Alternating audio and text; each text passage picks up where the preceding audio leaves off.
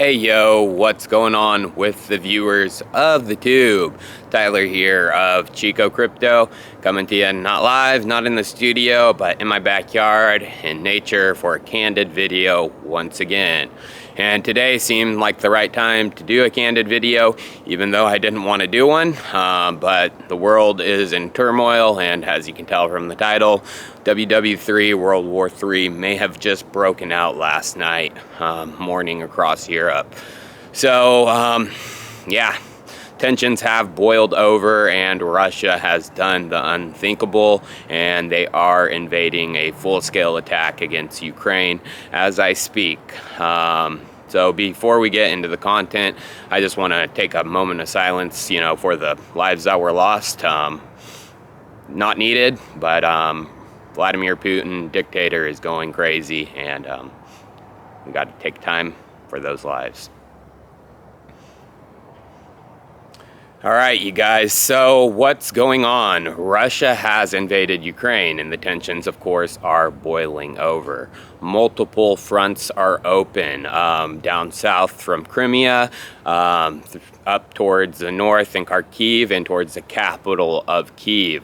And there is a beeline being made from Belarus down into Kyiv right now. And actually, there is an air assault happening at noon in Ukraine, just outside of Kyiv through one of their main airports. So that means another country is involved with this, Belarus. They are allowing Russian troops to go right through their borders and invade Ukraine. So I don't even know what to say about this. Of course, Bitcoin has dipped, and our financial well-being here in the United States, with our assets, is the least of the worries. I mean, at least we have a warm bed, a roof over our head that isn't being attacked, possibility of, having an assault on our capital cities. So I am going to talk about the financial markets and what's going on, but that should be the least of our worries. We shouldn't be worrying if Bitcoin's going to go up or down. We shouldn't be worrying if the stock markets are going to go up or down. We should just be worried that hopefully this gets solved with no more lives lost.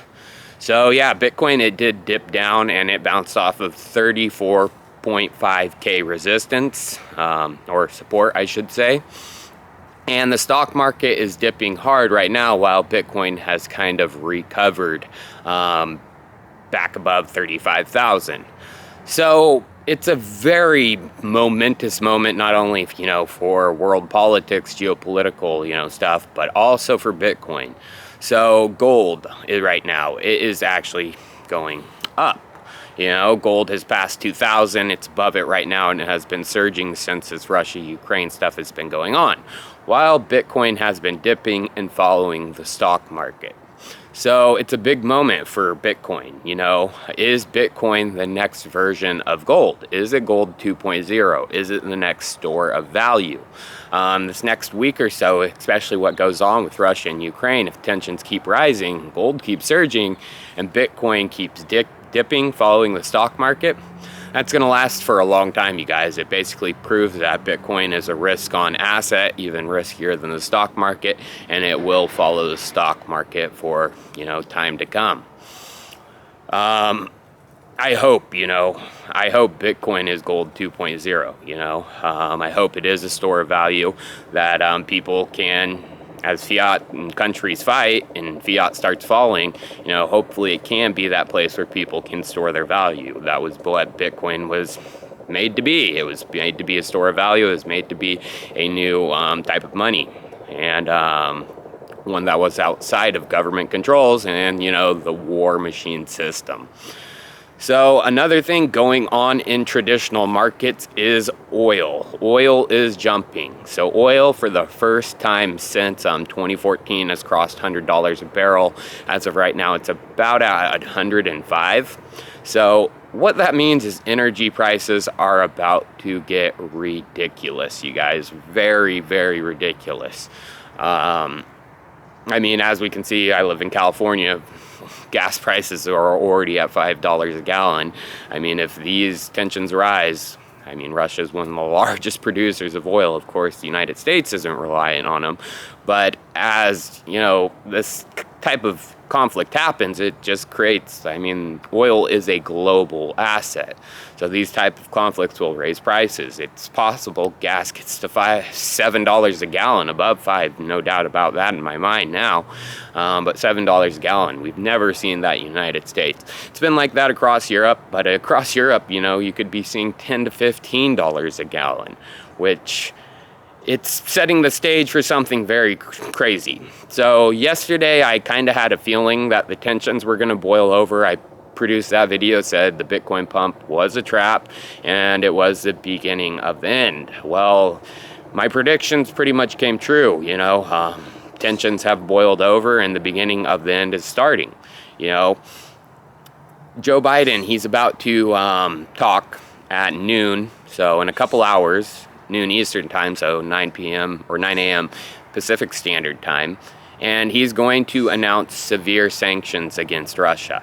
And if the severe sanctions are, you know, the mother of all sanctions, I've talked about this, kicking them out of the SWIFT system, personally sanctioning Vladimir Putin, it begins, you know, what I think is coming, the CBDC overhaul.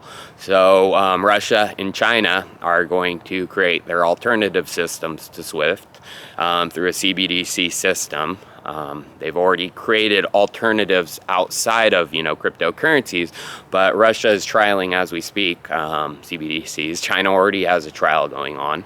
So CBDCs are going to take over, and you guys, that is the day, you know, freedom is gone. I'm actually probably going to make a video on CBDCs next week because it's the day freedom's gone and people, our governments have full control. Because if they have control of money, they have control of your complete and utter lives. So as we know, you know, China has its own Ukraine, Taiwan. It's possible, you know, seeing Russia provoking and going in. Russia and China are pretty tight as of lately. If we see, you know, Russia take Ukraine, you know, it's possible we have China, you know, take Taiwan, and, you know, China, sanctions will be released against China, same type of thing, you know. But I don't think the countries necessarily need to live in the SWIFT system anymore. They both can rely on each other. Russia has been building up its middle class. China's is already way farther than Russia's. So we will, you know, possibly see those two ally and do trade back and forth with each other. Even though the United States relies a lot on China and China relies a lot on the United States, I think that is coming to an end. So the only light in this world crisis that I can see for crypto and markets all around is the crisis is going to force the federal government, to become dovish. So as everyone knows, the Fed has been pretty hawkish lately. They've been talking about raising rates throughout this year and stopping the stimulus program. Well, if World War III does break out, the Fed is going to become extremely dovish once again. They won't stop the bond buying programs. They probably won't raise rates, and BTC and stocks are going to surge. But what does that mean for, you know, inflation?